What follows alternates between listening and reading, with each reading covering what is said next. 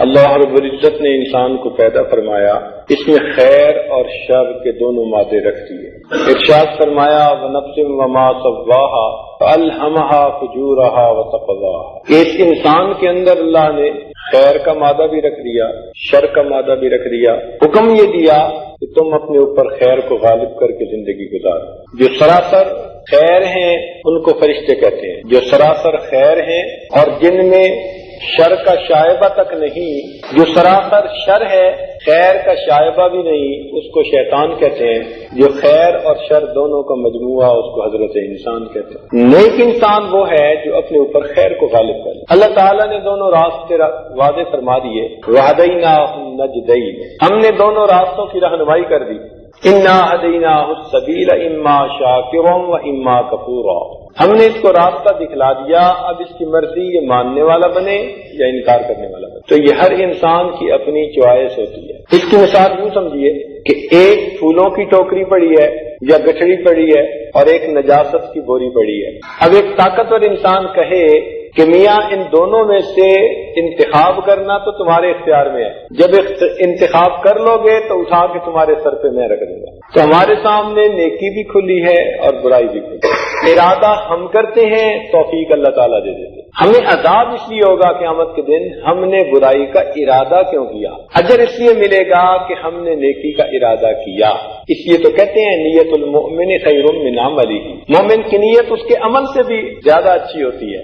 یہیں پہ ایک نقطہ کھول دیا جائے کہ بعض لوگوں کے ذہن میں یہ خیال آتا ہے کہ انسان نے محدود زندگی کے اندر گناہ کیے یا کفر کیا کافروں نے، لیکن ان کو ہمیشہ ہمیشہ جہنم کی آگ میں جلایا جائے گا، جبکہ مومنوں نے محدود زندگی میں نیکی کی، ان کو ہمیشہ ہمیشہ جنت کے مزے دیے جائیں گے۔ تو عقل میں یہ بات کھٹکتی ہے۔ علماء نے اس کا جواب یہی لکھا، اس کی وجہ یہ ہے کہ کافر کے دل میں یہ نیت ہوتی ہے جب تک وہ زندہ رہے گا وہ اپنے کفر کے اوپر جمع رہے، جتنی بھی زندگی ہو، کیونکہ نیت اس کی تھی کہ جتنی مرضی لمبی زندگی ہوتی وہ اسی پر ڈٹا رہتا، اللہ نے اس کی وجہ سے اس کو دائمی عذاب دے دیا۔ اور مومن کی نیت یہ ہوتی ہے جتنی بھی زندگی ہوگی میں شریعت کے اوپر استقامت سے عمل کرتا رہوں گا، کیونکہ نیت یہ تھی، اس لیے اللہ تعالیٰ نے محدود زندگی گزارنے کے باوجود ہمیشہ کی جنت کی نعمتیں عطا فرمائیں۔ تو جو انسان نیکی کی طرف قدم اٹھاتا ہے اللہ تعالیٰ کی طرف سے اجر پاتا ہے۔ یہ انسان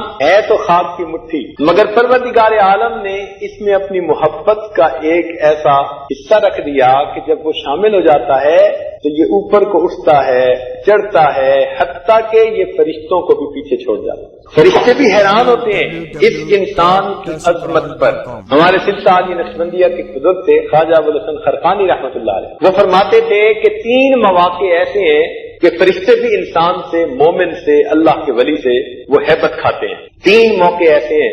سب سے پہلی بات کہ جب ملک الموت کو حکم ہوتا ہے کہ ان کی روح کو قبض کر لیجیے، تو وہ روح تو قبض کر رہے ہوتے ہیں، لیکن جیسے بڑے قیمتی کسی چیز کو ہاتھ لگاتے ہوئے بندہ ذرا مرعوب ہوتا ہے تو ملک الموت بھی روح نکالتے ہوئے مرعوب ہوتے ہیں اللہ کے اس دوست کو تکلیف نہ پہنچ جائے۔ اور دوسرا، جب وہ بندہ نیک اعمال کرتا ہے اور کرامن کاتبین وہ نیک اعمال اس کے نام اعمال میں لکھتے ہیں، حیران ہوتے ہیں کہ اس بندے کے ساتھ نفس کی مکاریاں بھی ہیں، شیطان بھی پیچھے پڑا ہوا ہے، کتنا عظیم انسان ہے، اتنے خلوص کے سجدے کرتا ہے، اللہ کے اعمال کرتا ہے کہ اس کے عمل پر اللہ اتنے بڑے بڑے اجر اس کو عطا فرماتے ہیں۔ تو فرشتے اس کے اجر کو دیکھ کر حیران ہو جاتے ہیں۔ اور تیسرا فرماتے تھے کہ قبر کے اندر جب منکر نکیر آتے ہیں سوال پوچھنے کے لیے، تو اگرچہ وہ سوال پوچھ رہے ہوتے ہیں مگر سوال پوچھتے ہوئے بھی ان کے دل پر اللہ کے ولی کی ایک ہیبت ہوتی ہے، عظمت ہوتی ہے۔ تو فرشتے بھی حیران ہوتے ہیں اس انسان کی عظمتوں پر کہ باوجود اس نے اپنے نفس کی علائشوں کے اور گندگیوں کے کس طرح اللہ رب العزت کو راضی کرنے کے لیے اعمال کیے۔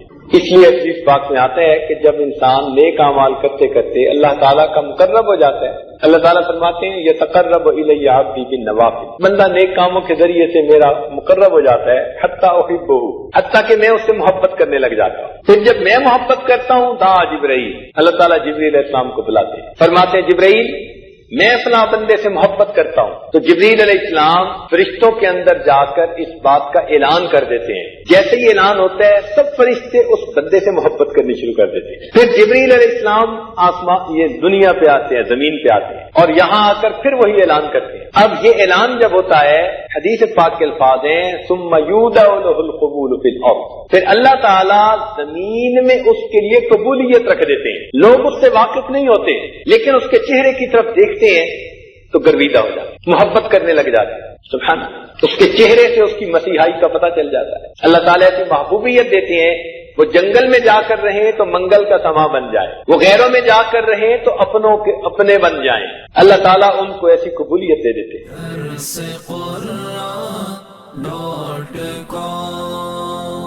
www.darsequran.com